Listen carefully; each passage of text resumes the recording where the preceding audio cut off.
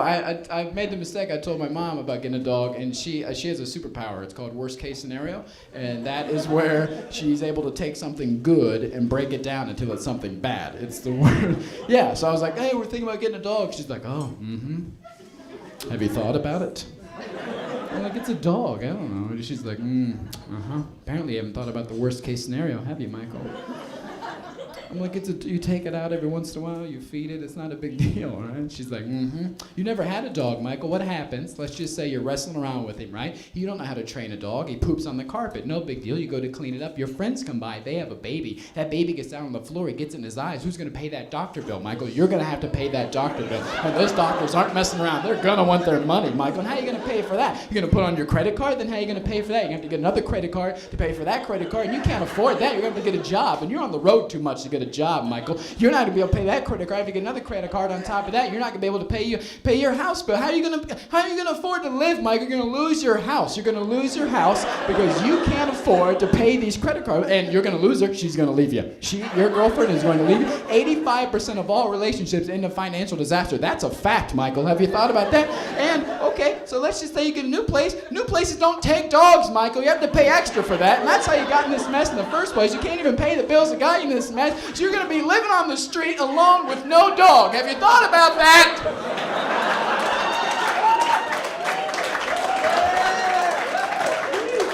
Have you thought about the worst case scenario? I don't want a dog. I don't want a dog. My mom's adorable, man. She is. She just got Facebook, but she doesn't know what she's doing. She has no idea. Her status update when she first got it said, "I like it on the kitchen counter." I swear to God. That's what it said. So I called her and I go, "Ma, do you know your status update says I like it on the kitchen counter?" She goes, "Oh yeah." It's this game me and my friends are playing. We have to put up where we like to keep our purses. I'm like, oh, cool, yeah. You know how many phone calls I've had today, My friends are like, bro, did you see your mom's status update? Yeah, it's about her purse. No, with an R.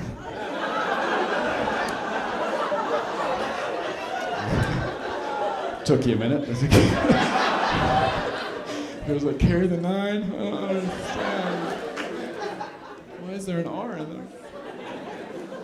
Her update the other day said, "My son Michael Malone is my sunshine. I love him very much." Aww, yeah. And I was like, "Ma, other people can read this."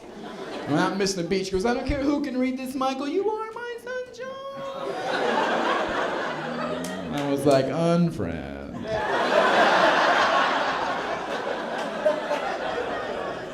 She's gotta learn. She's adorable though. It's just me and her growing up. My dad really wasn't around, so she used to play these little games with me, these little pranks all the time, like just kind of spice things up. We used to play this game all the time called You're Adopted. You ever play that? So my mom would sit me down and tell me I was adopted over and over and over again until I cried, and game over, she won. It was the best. We just took her too far one time. True story. She sits me down, I'm 10 years old, and she goes, "Michael, you're adopted." And I'm like, "I'm not adopted." She's like, "Michael, you're adopted." I'm like, She goes, "Michael, you're adopted because I'm a vampire." I'm like, "You're not a vampire, Mom!" Right? Freaks me out. And then she takes it up another level and brings out a glass of blood and starts drinking it in front of my face. Looking back, it's probably like red Kool-Aid or something, but I'm 10, so it's blood, right? And she's like, "I'm a vampire, Michael." I'm a vampire. I'm 10, I'm freaking out, I'm crying. I go running next door to my grandma's house, like, "Mom said she's a vampire, she's drinking blood, and I don't know what to do." My grandma's like, "Well, that's enough. Let's go handle it," right? Grandma's awesome. She comes over, kicks open the door. "Nancy, what's going on over here?"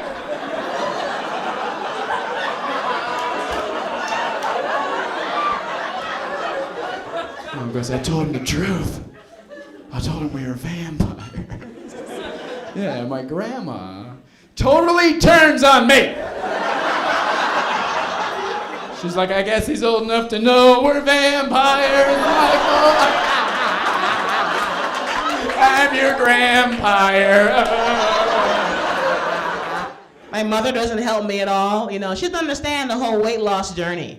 If I have her make me a cup of tea, I'm like, do you have agave, mommy? She's like, I thought you were Christian.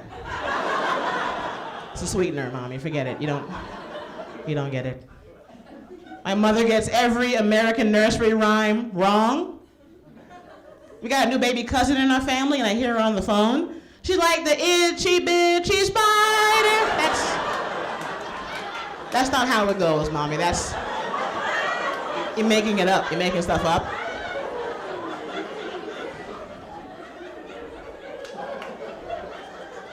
She wants me to lose weight. She really wants me to lose weight. She wants me to get married, too. And I do want to get married again, but I'm not sure. You know, I want to be in love again, and she wants me to make sure she's like, Jackie, are you dating a white man or a black man now? I'm like, mommy, I don't really have feelings for white men. You need to forget your feelings. You must feel a mortgage. She wants me to buy a house. That's the whole point of it. Because dating is kind of rough. Because I used to be that. I turned 40 2 years ago, almost 2 years ago. And when I turned 40, I was like 40 and fabulous. And now I'm going on 42. Don't kill yourself. Just slow down. I was raised by a single mother, and we didn't always have that much money when I was growing up. So if we'd go to a restaurant we really couldn't afford, we would get one big meal, like a baked potato, and share it. But I remember this one time we went to a restaurant. The waitress gets all upset. She's angry. She's like, if you're going to share that, you're going to have to pay a sharing charge for $3. Is a $3 sharing charge. My mother has her own vocabulary. She says, well, really, I'm not sharing. I'm just going to be picking. I'm only picking. The waitress says, well, what's the difference between sharing and picking? My mother said, $3. I was raised Irish Catholic, and I'm not practicing Irish anymore. And as a kid, whenever we used to leave unfinished drinks lying around the house, our father would say, come on, kids, drink up. There are sober children in Africa.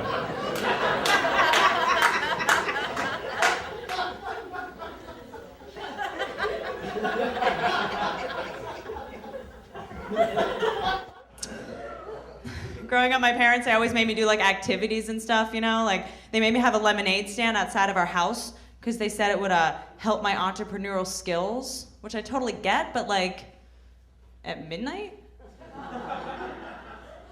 In a mini skirt? Man. My mom just got the internet, or she calls it the World Wide Web.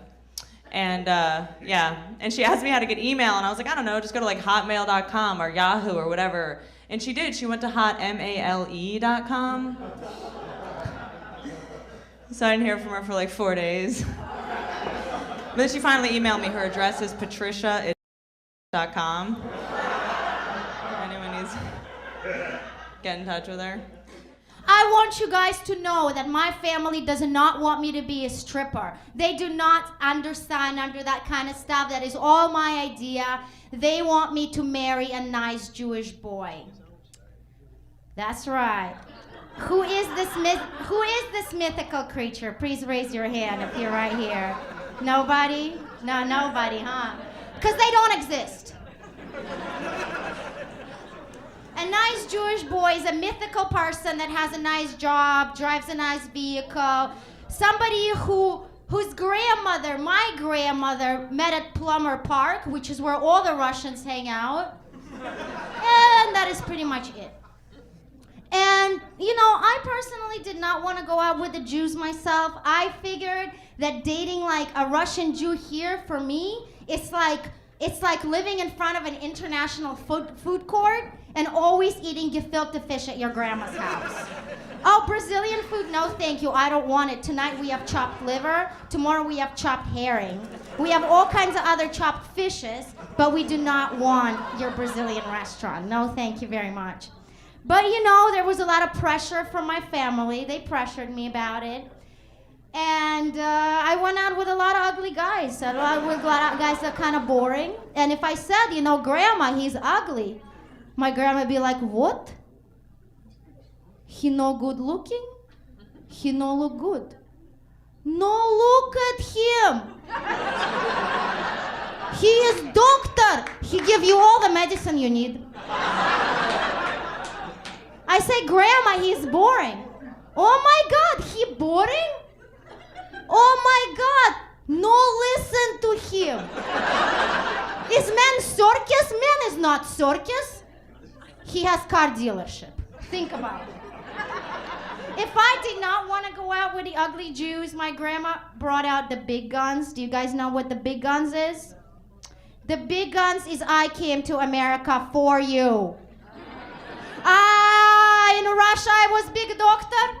People come to me from over the place. They bring me money. They bring me candy. They bring me goat. Do I take? No. I come to America for you. And now I sit here and you no marry nobody. In Taiwan, we speak Mandarin, okay? The word that describes the male in Mandarin is xiao niao. In direct translation, little bird. Little bird? You could have named it anything. I don't know, maybe a regular sized bird. Or an ostrich. Or like an eagle. Caw-caw! Whatever, you know? Other people don't gotta know the size of the bird. Let them find out. I just want to let you guys know I'm a regular sized bird. You guys are like, whatever, little bird. It's the worst. It's the worst. 5 1/4. No, but grew up in an Asian family, and they give you really good saving habits. Like, I've been trying to save money, but in really embarrassing ways. Like, when I go grocery shopping, I don't buy trash bags. I just try to double bag everything. Yes, miss, please double bag my bananas and separate them into individual bags, please. Sir, would you like your receipt in a bag? Yes, please, in a new bag, and double bag that too. I need all of it, seriously. I think I get it from my grandma. My grandma's so thrifty. She's so thrifty. Like, when I was a kid, we never have leftover food. Because she believes whatever she freezes in her industrial-sized freezer will never expire. I'm like, Grandma, this toast is expired. She's like, okay, I freeze it for later. We got toast from the 1940s. Her freezer is like a museum for old food. Except we eat the stuff in the museum. And it's delicious. She's a great cook. But this is how thrifty she was. This is a real thing. I was a kid, and I was eating noodles one time, and I found a cockroach on it. Ew, right? Yeah, that's another thing. She never admits there's roaches at her house, but she's got bug spray. And she sprays it like it's Febreze. Shh, it's okay now, Jason. No, it's not, Grandma. Everybody's gonna die in the house now, except the roaches. So I was eating noodles, and I was a kid, and I didn't want it anymore because it's got a roach on it. This is what she did. She walked over, looked at the bowl. This is what she did. Where? Where's the cockroach, Jason? I yell it for you. I was like, it's on Grandpa's face now. You not see it right there. Half dead, half alive. I'll just have that toast from the 1940s. Thank you. Okay, I'm freezing the noodles for later. It's the worst. I got my ass beat a lot when I was a kid. I did, but by my parents. But they will always try to justify it and try to make me the bad guy. Like, they'll tell me all the time, we beat you because we love you. Like, try to make me feel guilty for not appreciate the beatings. Like, you know what's the worst? The worst is that you can't tell Mom somebody beat you up after school when she's the one doing it. And you can't tell Dad either, because he's just waiting to be tagged in. You can't tell the teachers, for first of all, they beat you too. And if you tell the teachers that your parents beat you, they're just gonna be like, oh, that's great that your parents is involved in your academics. It's the worst thing, but all the kids get the same thing. It's just a matter of like what tools they use to beat you. Like, a lot of Asian parents, their tools is whatever they're wearing on their feet that day, just fast. You know what I mean? Did you see that? No, you didn't, because it's too fast. Boom, long range. It's versatile. But all the kids get the same thing. Like, this one time I was showing my cousin, there's like bruises on my butt. And yeah, and then he took off his shirt, and there's just big bruises and big marks. And I start to feel really sad, because I'm like, oh my God, his mom loves him more. He got jealous, you know? So ask him, and what did you do exactly? But all the kids get the same thing. But what really sucks is that you can't fight back either because you're too small, right? But this one time I got super excited. My dad's car got towed, right? And I went out to him. He's super stopped. I went out to him and I was like, hey, Dad, remember when you took my toy car away? Well, now you know how it feels, sucker. You can't just leave them anywhere you want to, remember? Definitely gonna tell Mom, screw you. And then I ran as fast as I could. But mid-run it dawned on me, I still gotta go home to get my ass beat. Because my home is really his home. But that's how I got to America. That is really how I got to America, because they're just like, we're too tired of beating you, we're gonna send you to a military school. And I'm like, no, not military school. But then I loved it. I ended up loving it, because on the first day I found out, teachers don't beat you here. It's the best. Compared to home, it was like a resort. Like, my parents still didn't know. They're like, you're gonna eat there and sleep there, Jason. I'm like, oh my God, it's all inclusive. The worst they do to you is make you do push-ups. So your punishment is to get healthy. You're talking too much, now get healthy. Oh my God, this is amazing. I'm gonna get buff, go home, beat my dad's ass. All right, guys, thank you so much. My name is Jason Cheny. Give it up.